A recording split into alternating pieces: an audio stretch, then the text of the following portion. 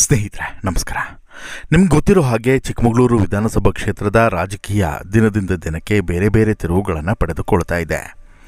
ಒಂದು ಕಡೆ ಈಗಾಗಲೇ ಜೀವರಾಜ್ ಅವರು ಶಾಸಕರಾಗಿ ಪ್ರಮಾಣ ವಚನವನ್ನು ಸ್ವೀಕರಿಸಿದರೆ, ಮತ್ತೊಂದು ಕಡೆ ಇಲ್ಲಿ ಮೋಸದಿಂದ, ಡಕಾಯಿತಿಯಿಂದ ಅಥವಾ ವೋಟ್ ಟ್ಯಾಂಪರಿಂಗನ್ನು ಮಾಡಿಬಿಟ್ಟು ಜೀವರಾಜ್ ಅವರು ಶಾಸಕರು ಆಗಿದ್ದಾರೆ ಎನ್ನುವಂಥ ಆರೋಪವನ್ನು ಕಾಂಗ್ರೆಸ್ನ ಕಾರ್ಯಕರ್ತರು, ಕಾಂಗ್ರೆಸ್ನ ಮುಖಂಡರು, ಕಾಂಗ್ರೆಸ್ನ DCM ಜೊತೆಗೆ CM ಸೇರಿದಂತೆ ಪ್ರತಿಯೊಬ್ಬರು ಕೂಡ ಗಂಭೀರವಾದಂಥ ಆರೋಪವನ್ನೇ ಮಾಡ್ತಾ ಇದ್ದಾರೆ. ಇದರ ಮುಂದುವರೆದ ಭಾಗವಾಗಿ ಈಗ ಇದೇ ರಾಜಕೀಯ ಮೇಲಾಟಗಳು ಬೇರೆ ಬೇರೆ ತಿರುವುಗಳನ್ನು ಪಡೆದುಕೊಳ್ತಾ ಇದೆ. ಇದರ ಭಾಗವಾಗಿಯೇ ಈಗ ಕೆಲವೊಂದಷ್ಟು ಜನ ಆಣೆ ಪ್ರಮಾಣದ ಒಂದು ಸಂದರ್ಭಕ್ಕೂ ಕೂಡ ಕೈ ಹಾಕಿದ್ದಾರೆ. ಈಗಾಗಲೇ ಕೊಪ್ಪದ ವೀರಭದ್ರೇಶ್ವರ ದೇವಸ್ಥಾನದಲ್ಲಿ ಆಣೆ ಪ್ರಮಾಣಕ್ಕೆ ಶನಿವಾರ ಕರೆಯನ್ನು ಕೊಡಲಾಗಿದೆ.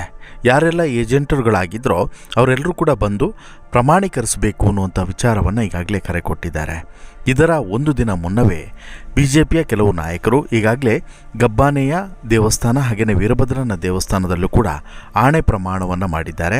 ಹಾಗೆಯೇ ನಾಳೆ ನಡೆಯುವಂಥ ಅಂದರೆ ಶನಿವಾರ ನಡೆಯುವಂಥ ಆಣೆ ಪ್ರಮಾಣದಲ್ಲಿ ಯಾರೆಲ್ಲ ಭಾಗವಹಿಸ್ತಾರೆ, ಯಾರೆಲ್ಲ ಏನೆಲ್ಲ ಪ್ರಮಾಣವನ್ನು ಮಾಡ್ತಾರೆ, ದೇವರು ಇದಕ್ಕೆ ಯಾವ ರೀತಿಯಾದಂಥ ಶಿಕ್ಷೆಯನ್ನು ಕೊಡ್ತಾನೆ, ಇಲ್ಲಿ ಯಾರು ಸರಿ ಯಾರು ತಪ್ಪು ಅನ್ನುವಂತಹ ಗೊಂದಲ ಜೊತೆಗೆ ಕೆಲವೊಂದಷ್ಟು ಬೇರೆ ಬೇರೆ ರೀತಿಯಾದಂಥ ಅಭಿಪ್ರಾಯಗಳು ವ್ಯಕ್ತವಾಗ್ತಾ ಇದ್ದಾವೆ. ಈಗ ಇವತ್ತು ನಡೆದಿರುವಂಥ ಆಣೆ ಪ್ರಮಾಣದಲ್ಲಿ ರಾಮಸ್ವಾಮಿಯವರು ಹಾಗೆಯೇ ಇತರ ಮುಖಂಡರುಗಳು ಭಾಗಿಯಾಗಿದ್ದರು.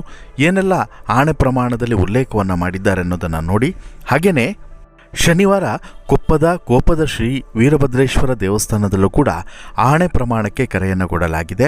ಅಲ್ಲಿಯೂ ಕೂಡ ಯಾರೆಲ್ಲ ಭಾಗವಹಿಸ್ತಾರೆ ಅನ್ನೋದನ್ನು ಕಾದು ನೋಡೋಣ. ಏನೆಲ್ಲ ಫಲಿತಾಂಶ ಅಂತಿಮವಾಗಿ ಬರುತ್ತೆ ಅನ್ನೋದು ಸದ್ಯಕ್ಕಿರುವಂಥ ಕುತೂಹಲ.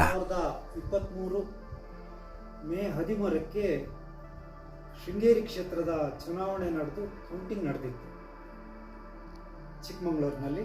ಆ ಕೌಂಟಿಂಗ್ ಟೇಬಲ್ನ ಅಂಚೆ ಮತದ ಕೌಂಟಿಂಗ್ ಟೇಬಲ್ನಲ್ಲಿ ಭಾಳ ಸರಳವಾಗಿ ಮತ್ತು ಪಾರದರ್ಶಕವಾಗಿ ನಡೆದಿದೆ ಅಂತ ನನಗಂತೂ ಅನಿಸಿತ್ತು. ಆದರೆ ಒಂದಷ್ಟು ಘಟನೆಗಳ ನಂತರ ಮೊನ್ನೆ 2026 ಮೇ 2ನೇ ತಾರೀಕು ಪುನಃ ಕೌಂಟಿಂಗ್ ನಡೀತು. ಆ ಕೌಂಟಿಂಗ್ನಲ್ಲಿ ಒಟ್ಟಾರೆ ಈ ಶೃಂಗೇರಿ ಕ್ಷೇತ್ರದ ಚುನಾವಣೆಯಲ್ಲಿ ಬದಲಾಯಿತು, ಶಾಸಕ ಸ್ಥಾನ ಬದಲಾಯಿತು. ಬದಲಾದಾಗ ಒಂದಷ್ಟು ಜನ ಸೇರಿಕೊಂಡು ನಾನು ಆ ಕೌಂಟಿಂಗ್ ಟೇಬಲ್ನಲ್ಲಿ ಕೂತವನು ಕಾಂಗ್ರೆಸ್ನವರ ಜೊತೆಯಲ್ಲಿ ಹೊಂದಾಣಿಕೆ ಮಾಡಿಕೊಂಡು ಅವ್ರ ಹತ್ರ ದುಡ್ಡು ತಗೊಂಡು ಅಲ್ಲಿ ಲ್ಯಾಪ್ಸ್ ಆದಂತಹ ವೋಟ್ಗಳನ್ನ ಕಾಂಗ್ರೆಸ್ ಅಭ್ಯರ್ಥಿಗೆ ಹಾಕಲಿಕ್ಕೆ ನಾನು ಸಹ ಒಬ್ಬ ಭಾಗಿದಾರ ಅನ್ನೋ ರೀತಿಯಲ್ಲಿ ಎಲ್ಲರೂ ಮಾತಾಡ್ತಿದ್ದಾರೆ. ಆದರೆ ನನಗೆ ವಿಶ್ವಾಸ ಇದೆ, ನಂಬಿಕೆ ಇದೆ. ನಾನು ಪಕ್ಷದಲ್ಲಿ 1993ರಿಂದ ಕೆಲಸ ಮಾಡ್ಕೊಂಬಂದವನು. ಇದುವರೆಗೆ ನಾನು ಆ ರೀತಿಯ ಪಕ್ಷ ದ್ರೋಹದ ಕೆಲಸ ಆಗಲಿ, ವಿಶ್ವಾಸ ದ್ರೋಹದ ಕೆಲಸ ಆಗಲಿ ಅಥವಾ ಹಣಕ್ಕಾಗಿ ಕೆಲಸ ಮಾಡಿದ್ದಾಗಲಿ ಎಲ್ಲೂ ಮಾಡಲಿಲ್ಲ. ಅವತ್ತೂ ಸಹ ನಾನು ಸರಿಯಾಗೇ ಮಾಡಿದ್ದೀನಿ, ಯಾವುದೇ ಮೋಸನೂ ಮಾಡಲಿಲ್ಲ. ಮತ್ತು ಅಲ್ಲಿ ನಡೆದಂಥ ಕೌಂಟಿಂಗ್ ಸಹ ಬಹಳ ಸರಿಯಾಗಿತ್ತು. ಹಾಗಾಗಿ ನನಗೆ ಎಲ್ಲೂ ಹೆದರಿಕೆ ಇಲ್ಲ. ನಾನು ಇದರಲ್ಲಿ ತಪ್ಪಲ್ಲಿ ನಾನು ಭಾಗಿಯಾಗಿಲ್ಲ. ಹಾಗಾಗಿ ಏನು ಹೇಳಿದ್ದಾರೆ ಅದನ್ನ ನಾನು ಭೂತರಾಮ ಸ್ವಾಮಿ ಎದುರುಗಡೆ ಹೇಳ್ತಾ ಇದ್ದೀನಿ. ನಾನು ಇದರಲ್ಲಿ ತಪ್ಪು ಎಸಗಿಲ್ಲ. ಅಕಸ್ಮಾತ್ ನಾನೇನೋ ತಪ್ಪು ಮಾಡಿದರೆ ನಾನು ನಾಶ ಆಗಿ ಹೋಗಬೇಕು. ಅದಿಲ್ಲದೆ ನನಗೆ ಸುಮ್ಮನೆ ಈ ರೀತಿಯ ಅಪವಾದವನ್ನು ಹೊರಿಸಿ ನನ್ನ ಚಾರಿತ್ರವಾದ ಮಾಡ್ತಾ ಇರೋರು ಯಾರಿದ್ರೆ ನಾನು ಅವ್ರು ಹಾಳಾಗಿ ಹೋಗಲಿ, ನಾಶ ಆಗಲಿ ಅಂತ ಹೇಳಲ್ಲ. ಭೂತರಾಯ ಸ್ವಾಮಿ ನೀನು ನೋಡ್ಕ ಅಂತ ನಾನು ಕೇಳ್ಕೊಳ್ತಾ ಇದ್ದೀನಿ. ಇನ್ನೊಂದು 2004ರಿಂದನೂ ಹಿಂದೆ ಗೋವಿಂದೇಗೌಡರು ಪೀರಿಯಡಲ್ಲೂ ಏಜೆಂಟಾಗಿ ಕೆಲಸ ಮಾಡಿದ್ದೀನಿ. ಆ ನಂತರನೂ ಎಲೆಕ್ಷನ್ನಾಗಿ ಏಜೆಂಟಾಗಿ ಕೆಲಸ ಮಾಡಿದ್ದೀನಿ. ಆದರೆ ನಾನು EVM ನೋಡ್ಕೊಳ್ತಾ ಇದ್ದೆ. EVMದು ಪ್ರತಿ ರೌಂಡ್ಗೂ ಎಲ್ಲ ಕಲೆಕ್ಟ್ ಮಾಡಿ ನಮ್ಮ ಏಜೆಂಟ್ಗಳಿಂದ ಟೋಟಲ್ ಮಾಡಿ ಪ್ರತಿ ರೌಂಡ್ಗೂ ನಾನು ಹೇಳ್ತಾ ಇದ್ದೆ. ನಾನು ಪೋಸ್ಟಲ್ ವೋಟು ಇದಕ್ಕೆ ನಾನು ಹೋಗೇ ಇಲ್ಲ. ಸತೀಶ್ ಅವರೇ ಇದ್ದಿತ್ತು, ಅವರೇ ಇದ್ದಾರೆ ನಿಮ್ಮ ಜೊತೆಯಲ್ಲಿ. ನಾನು ಅದು ಕೌಂಟಿಂಗ್ ಹೋಗಿಲ್ಲ, ನನ್ನ ಸೈನು ಇಲ್ಲ ಯಾವುದಲ್ಲ. ಆದರೆ ಅನಾವಶ್ಯಕವಾಗಿ ಸತೀಶ್ ಅವರು, ರಾಮಸ್ವಾಮಿ ಅವರು ಸೇರಿ ಸೋಲ್ಸಿದ್ರು.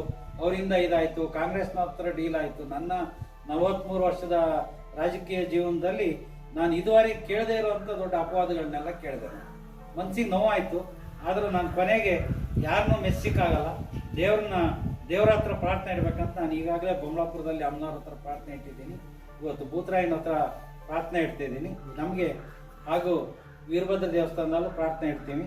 ನಮಗೆ ಏನು ನಮ್ಮ ಮೇಲೆ ಆಪಾದನೆ ಹೊರಿಸಿದ್ದಾರೆ, ನಮ್ಮ ಮೇಲೆ ಪದೇ ಪದೇ ನಮ್ಮ ಮೇಲೆ ಆಪಾದನೆ ಹೇಳ್ತಿದ್ದಾರೆ, ಅವರಿಗೆ ತಕ್ಕ ಶಿಕ್ಷೆಯನ್ನು ನಾನು ತಪ್ಪು ಮಾಡಿದರೆ ದೇವರು ನಮಗೆ ಶಿಕ್ಷೆ ಕೊಡಲಿ, ನಾವು ಅನುಭವಿಸ್ತೀವಿ. ನಾವು ಮಾಡದೇ ಇರೋ ತಪ್ಪನ್ನು ನಮ್ಮ ಮೇಲೆ ಹೊರಿಸಿದ್ರೆ ನಾನು ದೇವರ ಹತ್ರ ಕೇಳ್ಕೊಳ್ಳೋದಿಷ್ಟೇ, ಅವರಿಗೆ ತಕ್ಕ ಶಿಕ್ಷೆ ಕೊಡ್ಬೇಕು. ನೀನು ಕೊಡದಿತ್ತಿದ್ರೆ ಗೊತ್ತಾಗಲ್ಲ, ಯಾಕಂದರೆ ಈ ತಪ್ಪು ಪದೇ ಪದೇ ನಡೆಯುತ್ತೆ. ತಪ್ಪು ಯಾರು ಮಾಡಿದ್ದಾರೆ ಅವ್ರಿಗೆ ತಕ್ಕ ಶಿಕ್ಷೆ ಕೊಡಿ ಅಂತೇಳಿ ನಾವು ಇಲ್ಲಿ ಭೂತರಾಯನ ಹತ್ರ, ವೀರಭದ್ರನ ಹತ್ರ ಮತ್ತು ಅಲ್ಲಿ ಪಂಚಲಿಂಗೇಶ್ವರನ ಹತ್ರ ನಾವು ಬೇಡಿಕೆ ಇಡ್ತೇವೆ. ನಾನು ಇವ್ರ ಟೇಬಲ್ಗೆ ಹೋಗಲೇ ಇಲ್ಲ, ಕೂತಿದ್ದೆ. ಇವ್ರ ಜೊತೆಗೆ ನನ್ನ ಸೇರಿ ಆಪಾದನೆ ಮಾಡಿದೆ. 50 ಲಕ್ಷ ತಗೊಂಡು 25 ಲಕ್ಷ ತಗೊಂಡು ಈ ಆಪಾದನೆಗಳ ಜೊತೆಗೆ ಒಟ್ಟು ದೇಶವಾದ ನಾನು ರಾಜಕಾರಣಕ್ಕೆ ಬಂದು 41 ವರ್ಷ. 41 ವರ್ಷದಲ್ಲಿ ಯಾವತ್ತೂ ಕೇಳದೇ ಇರೋ ಅಪವಾದಗಳನ್ನ ನಮ್ಮ ಮೇಲೆ ಕೇಳಿದೆ. ಅದು ಮನಸ್ಸಿಗೆ ತುಂಬ ಬೇಜಾರಾಗಿದೆ. ಅದಕ್ಕೆ ಕೊಪ್ಪದಲ್ಲಿ ಎಂತೆಂಥ ಸಮಸ್ಯೆಗಳು ಬಂದರೂ ವೀರಭದ್ರನ ಬಗೆಹರಿಸಿದ್ವಿ. ನಾವು ಅಷ್ಟೇ ವೀರಭದ್ರ ಹೀಗೆ ಯಾರು ತಪ್ಪು ಮಾಡಿದಾರೋ, ಯಾರು ಅಪವಾದ ಮಾಡಿದಾರೋ ಆಗಿದೆ, ನಾವು ನ್ಯಾಯ ಕೊಡ್ತೀವಿ. ನೋಡಿದ್ರಲ್ಲ, ಈ ರೀತಿಯ ಆಣೆ ಪ್ರಮಾಣವನ್ನು ಈಗ ಒಂದು ಭಾಗವಾಗಿ ಕೆಲವೊಂದಷ್ಟು ಜನ ಮುಖಂಡರು ಮಾಡಿದರೆ, ಇದರ ಮುಂದುವರೆದ ಭಾಗವಾಗಿ ಶನಿವಾರ ಮತ್ತು ಮುಂದಿನ ದಿನಗಳಲ್ಲಿ ಇನ್ನಷ್ಟು ರಾಜಕೀಯ ಮೇಲಾಟಗಳು ಮತ್ತು ಪರಸ್ಪರ ಕೆಸರೆರಚಾಟಗಳು ಹೆಚ್ಚಾಗೋದ್ರಲ್ಲಿ ಅನುಮಾನನೇ ಇಲ್ಲ. ಒಟ್ಟಾರೆ ಈ ವಿಡಿಯೋಗಳನ್ನು ನೋಡಿದಾಗ ಅಥವಾ ಈ ಸನ್ನಿವೇಶವನ್ನು ಗಮನಿಸ್ತಿರುವಂಥ ನಿಮಗೆ ಏನು ಅನ್ನಿಸ್ತಿದೆ ಅನ್ನೋದನ್ನು ಕಮೆಂಟ್ ಮಾಡಿ ತಿಳಿಸಿ. ಜೊತೆಗೆ ಇಲ್ಲಿ ಯಾರು ಸತ್ಯ ಯಾರು ಸುಳ್ಳು ಇದರ ಬಗ್ಗೆ ನಿಮ್ಮ ಅಭಿಪ್ರಾಯ ಅನ್ನೋದನ್ನು ಕೂಡ ಕಮೆಂಟ್ ಮಾಡಿ ತಿಳಿಸಿ. ಹಾಗೆಯೇ ಈ ವ್ಯವಸ್ಥೆ ಬಗ್ಗೆ ನಿಮಗೇನು ಅನಿಸುತ್ತೆ ಅನ್ನೋದನ್ನು ಕೂಡ ನಿಮ್ಮ ಅಭಿಪ್ರಾಯವನ್ನು ಶೇರ್ ಮಾಡಿ. ಈ ಸ್ಟೋರಿ ಇಷ್ಟ ಆಯಿತು ಅಂತ ಹೇಳಿದ್ರೆ ಲೈಕ್ ಮಾಡಿ, ಶೇರ್ ಮಾಡಿ, ಚಾನಲ್ಗೆ ಸಬ್ಸ್ಕ್ರೈಬ್ ಆಗೋದನ್ನು ಮರಿಬೇಡಿ. ಧನ್ಯವಾದ.